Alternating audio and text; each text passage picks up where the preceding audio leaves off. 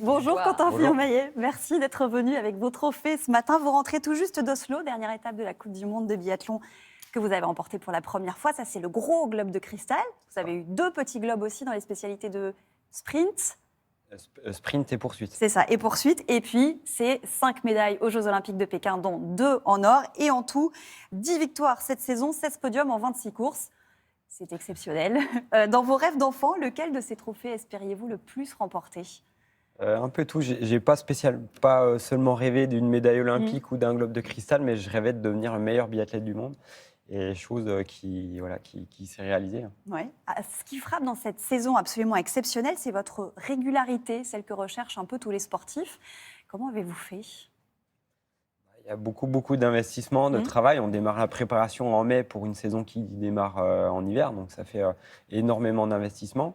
Et puis, ça fait 15 ans que je fais du biathlon aussi. J'ai une maturité peut-être pas aussi précoce qu'un Martin Fourcade, mais voilà, j'ai éclos à 29 ans, donc le but c'était un jour de toucher tous ces beaux objets, et c'est la chose faite. Vous étiez passé un peu à côté de vos Jeux Olympiques il y a 4 ans. Est-ce que finalement, c'est la meilleure chose qui vous soit arrivée ? Je veux dire par là, est-ce que l'échec est un moteur ?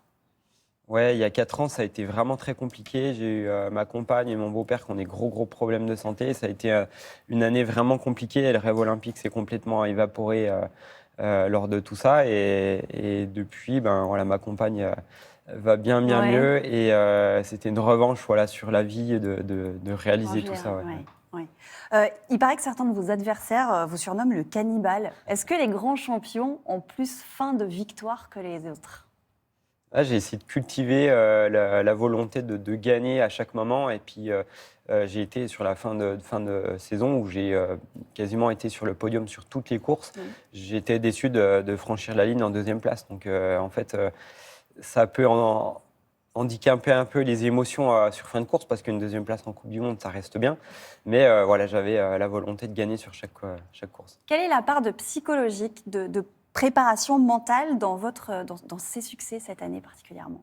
C'était mon gros point de travail en fait, parce que les 3 dernières saisons, j'ai été 3 fois 3e mondial avec des médailles sur les championnats du monde, mais aucune en or. Et en fait, il fallait que je trouve la solution pour essayer d'être plus régulier, en tête. Donc, le bilan, ça a été de travailler davantage le mental pour vraiment avoir beaucoup de confiance à l'entrée des courses, pas avoir peur justement de concourir et avoir, comme on dit, partir au combat à chaque départ. Et ça a été vraiment le point qui a vraiment fait la différence entre les années précédentes et celle-ci. Même si les années précédentes étaient loin d'être mauvaises, celle-ci a été juste exceptionnelle. La confiance, vous a dit ce mot, c'est un peu le mal du sport français. C'est-à-dire que lorsqu'on l'assume, c'est pas toujours très bien vu, ou alors on en manque. En fait, ça fait plusieurs années que j'annonce cet objectif-là, de gagner aux championnats du monde, Jeux Olympiques et gagner le titre de meilleur mondial à la fin de saison. Et ça a été certaines fois pris un peu pour la prétention, alors que non, pas du tout. C'est simplement ce dont je rêve. Et donc voilà, je suis fier de le réaliser. C'est sûr que très peu de biathlètes sur la planète ont réussi justement à avoir cet objet-là. Un peu plus de médailles, un peu plus pour les médailles olympiques, mais d'avoir les deux sur la même saison, ça a été magique. C'est historique. Je lisais une interview de vos proches qui disait que vous aviez toujours été très déterminé, même dans votre enfance. Je crois que vous en avez fait un petit peu voir à vos parents. On a un peu l'impression que vous avez, en tout cas autour de vous, un clan extrêmement uni, mobilisé, presque dédié aussi à ce parcours-là. Est-ce que dans l'itinéraire d'un grand champion, il faut de l'ambition et une certaine forme un peu d'égoïsme aussi ? De l'égoïsme, il en faut, parce que quand l'équipe qui m'accompagne tout au long de la saison et même en dehors des compétitions, ils sont tous là pour nous, pour prendre soin de nous. On est presque assistés sur beaucoup de choses parce qu'en fait, on doit se recentrer vers nous, essayer de penser à notre récupération, notre forme. Et donc, c'est clair que j'ai eu de la chance d'être bien entouré parce que du coup, ça me permet vraiment d'aller chercher des belles courses et des belles performances. Tout ça, je ne l'ai pas ramené tout seul. Il y a une équipe, il y a tout un staff, des coachs, une équipe technique pour s'occuper de la glisse. Et ça fait beaucoup de monde qui tourne autour de moi. Désormais, sur chaque compétition, vous serez l'homme à vaincre. Est-ce que le plus dur commence ? Rester au niveau, se maintenir ? Après les Jeux, j'étais déjà leader du classement général et je n'avais pas encore gagné justement le Globe. Mais je me suis posé la question, est-ce que je vais retrouver de la motivation pour la suite? Parce que finalement, si je réussis ce dernier objectif, j'aurais gagné tout ce qui était de plus dur dans ma discipline. Et je me suis dit, non, c'est pas spécialement la recherche de ces objets, mais c'est aussi le plaisir de performer, d'aller chercher des petits détails, de progresser qui me fait avancer. Et puis, ça, c'est seulement l'aboutissement de toute une saison, tout un travail. Est-ce que vous avez le sentiment aujourd'hui de rejoindre dans l'histoire du biathlon français votre ancien coéquipier, Martin Fourcade, dont vous en avez parlé vous-même, auquel on vous a souvent comparé? Je crois d'ailleurs que ça n'a pas toujours été simple. Martin, ça a été une rencontre exceptionnelle parce que quand je suis arrivé en équipe de France, je me retrouve directement avec le meilleur du monde.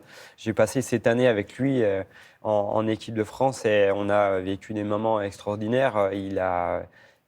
Ça a été voilà, pour moi une grosse source d'inspiration parce qu'il a été une référence mondiale pendant 7 ans, il me semble. Et donc, me retrouver avec lui, c'était aussi un point de comparaison, un point quelque chose qui me permet d'aller chercher les choses et d'évoluer. Donc, ça a été très intéressant. Mais l'inconvénient, c'est que j'étais dans son ombre, du coup, un certain temps. Ça n'a pas été facile aussi parce qu'il a une certaine emprise de supériorité par rapport à moi à l'époque, chose que je fais sur certains athlètes maintenant aujourd'hui. Donc, c'était pas facile d'exister. Et maintenant, ça me permet de vivre un peu plus librement. Je m'exprime plus librement après son départ, mais ça a été, comme j'ai dit, en fait, ça a été à double tranchant, mais ça a été, sans aucun doute, ça a été une vraie belle rencontre. Et je ne suis pas sûr que j'en serais là aujourd'hui si je ne l'avais pas forcément croisé. Ouais. L'avenir, là, très proche, rapidement, c'est les vacances? Non, même pas, il y a encore une compétition dans quelques jours, c'est ça? On a les championnats de France, c'est la dernière étape, avec beaucoup moins de pression. Ouais. Et puis la suite, ça va être les vacances. Vacances. Du repos, ouais. Merci beaucoup, Quentin Fillon-Maillet, d'avoir été avec nous ce matin.